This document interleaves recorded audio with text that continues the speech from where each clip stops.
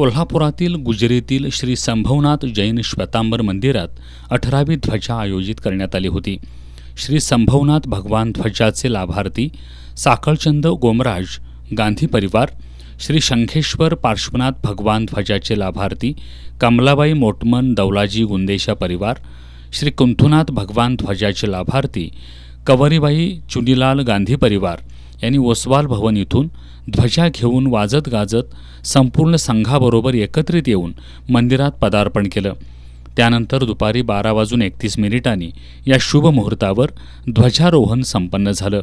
संगीतकार सुवर्ण महोत्सवी श्री जैन सेवा मंडळाच्या माध्यमातून विधिकार अनिलभाई गुरुजी यांनी सर्व विधी विधान कार्यक्रम पार पाडले।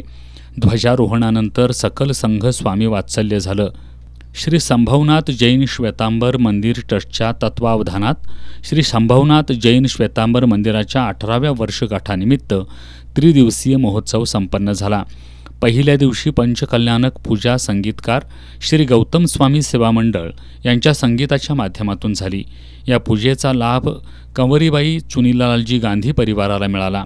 दुसऱ्या दिवशी अढार अभिषेक संगीतकार मोक्षभक्ती संगीत संजीव राठोड यांच्या संगीत साधनेत झाला। याचा लाभ कमलाबाई मोटमल दौलाजी गुंदेशा परिवाराने घेतला। तिसऱ्या दिवशी 70 भेदी पूजा संपन्न झाली।